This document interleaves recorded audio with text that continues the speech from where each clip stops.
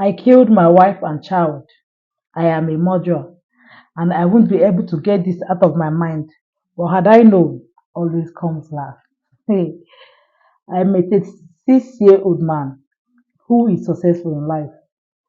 I got rich at the age of 27 through business. I was dating for 2 years. She was behind my success. Oh, understanding girlfriend.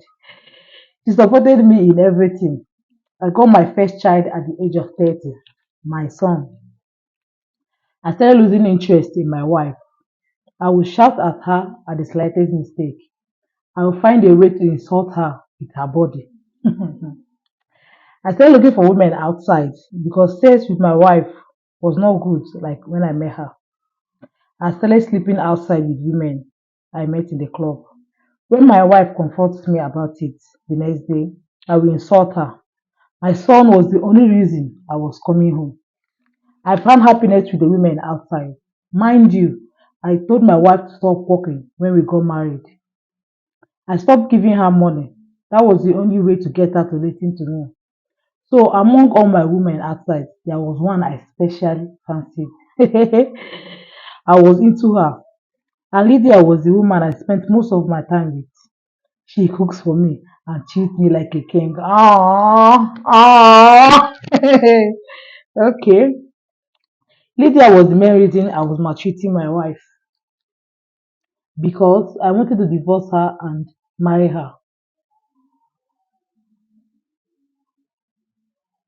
I don't know what happened, but I mistakenly got my wife pregnant. Mistakenly, your wife. You mistakenly got your wife pregnant by mistake. Your wife. Okay. The maltreatment got worse when I learned of her pregnancy. Oh, understanding wife. You see, Lydia comforted me and assured me she was ready to wait for another year. So we now have understanding side chicks in this.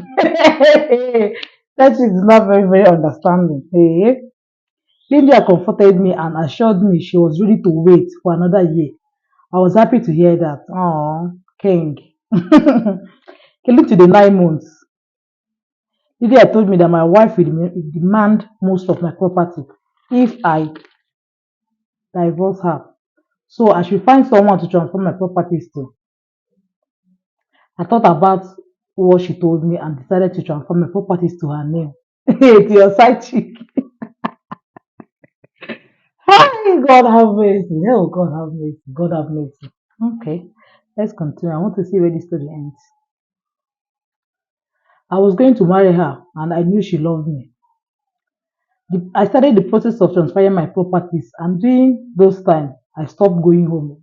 As in entirely, he stopped going home entirely. Okay. It got to the final moment of property transferring when my lawyer traveled.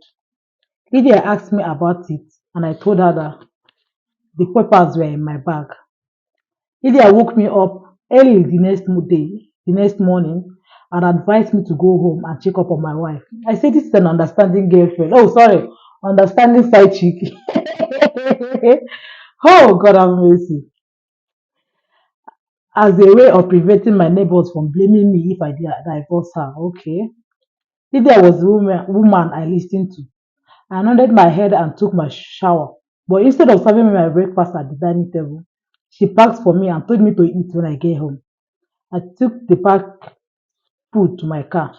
The good aroma from the food almost made me stop to eat it. Oh, she's even a good cook. Wow, wow, wow. Fast forward. I got to the house and saw my wife sitting on the couch with my son sleeping on her laps. Daniel is not well, oh, she told me the moment I saw her. I asked her what the problem is, and she asked me to take him to the hospital. I carried my son in anger, leaving the food on the table. I went to the nearest hospital. I had connections there. So I returned with my son to my house, only to find my wife in a pool of her blood. Hey, don't cast. Oh my God. The food I brought back, half eaten. My heart skipped a beat. I found out she was still breathing a little. I lifted her unconscious body to my car. My wife died on the road to the hospital. Oh my God.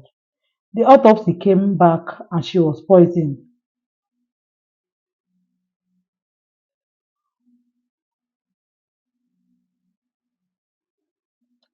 I knew it was the food Lydia gave to me. She wanted to kill me and take the properties. Before uncle, I said, are you surprised? You are bringing your property to your side chick.